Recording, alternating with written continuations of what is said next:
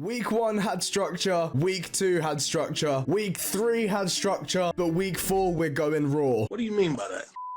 Hello everybody, welcome back to a brand new video. My name is Muggo, and today I'm bringing you my week 4 submission for the Recruits Invitational. First and foremost, thank you so much for the support over the last 3 weeks. Putting out different forms of content and seeing you guys love it is absolutely incredible, and I cannot thank you all enough. Obviously, we're going into week 4, the final week. We've made the top 30 and are ready to take this thing home. This week, we need to recap what we've done, what we've learned, and why we want to be a respawn partner. Now, my last 3 videos have had some form of structure, and the last one was heavily scripted, but this one I just wanted to sit down and talk from the heart. I think whether you made it into the top 30 or got cut in the top 30 release, this is a great time to reflect on what you've done. It's a great time to be proud of yourself and look back and think, right, this is what I've managed to achieve in the last 3 weeks. How can I be better next time? Because even if you're as perfect as me, boys, there's always room for improvement. That's a joke, by the way. Definitely not perfect. So week 1, you had to introduce yourself. Now, I like doing these kind of videos anyway. I think it's always nice to do this at least once a year so your new subscribers know exactly who you are and what you're about. I wouldn't say I learned too much about myself that week, but I had a lot of fun putting it together. I really enjoy editing Call of Duty content, both short form and long form, but it's refreshing to do something different and sit down in front of the camera and just edit myself, which sounds so weird when I say it out loud, but I think the end product speaks for itself. I think week 2 and 3 is where the main learning points came from. Week 2, we had to do some form of collab outside of the normal content that you do. Me and Razor teamed up and we did a Fortnite collab for my channel. Now, I've never played Fortnite. I was literally level 1 with no games played. It's not a game I'm hugely interested in. I'll hold my hands up and say that. I think the main thing I took away from the whole experience that week is it doesn't matter kind of what game I play, I'm still able to create top quality content. Like I said in my video last week, I've really found my style in the last 6 months. I'm being able to apply myself and put that into a different game and have a really good outcome I was very happy with. And it was actually quite a motivational booster. I'm very much riding the Call of Duty wave at the moment. It's doing well for me and I'm enjoying it. But it's great to know that if I did push into other games, other variety, that I could still create great and entertaining content. I was super happy with how that collab came out. If you haven't checked it out, guys, go check it out. It's on the channel. And then week 3 was crazy. We had to do a story of your content journey. Now, I've got about 10 years that I had to pack into the video, so I decided to do a short documentary broken up into chapters. Just looking back at how far we've come, it was a real eye-opener to like compare the content that I'm making today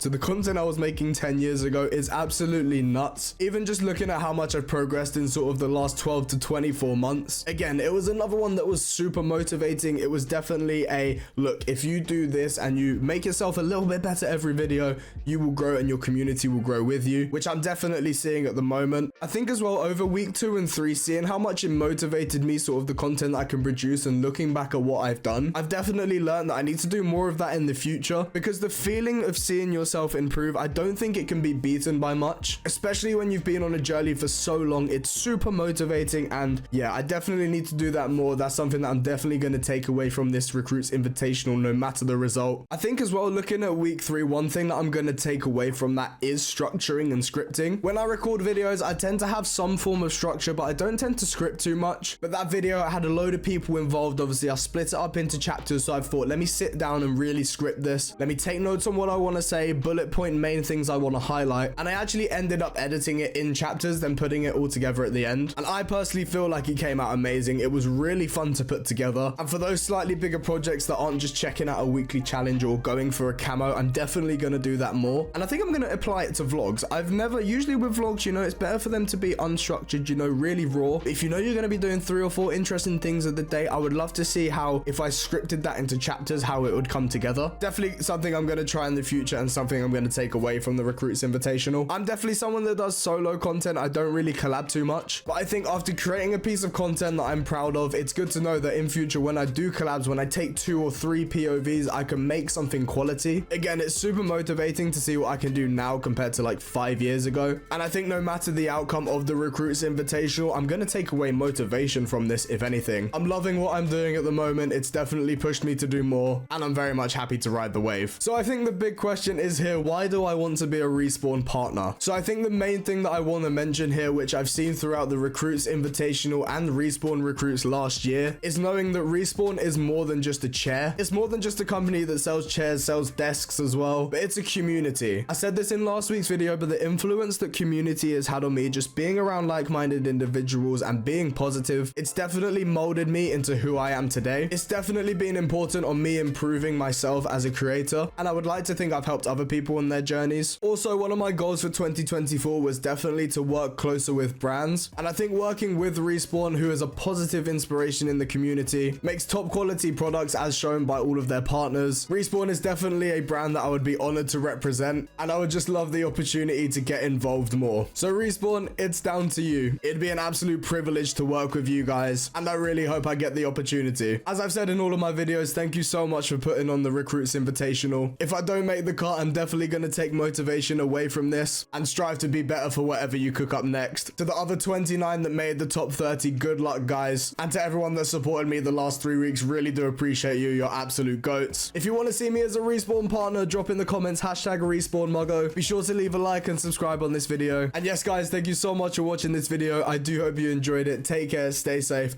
Hopefully I'll see you in the final.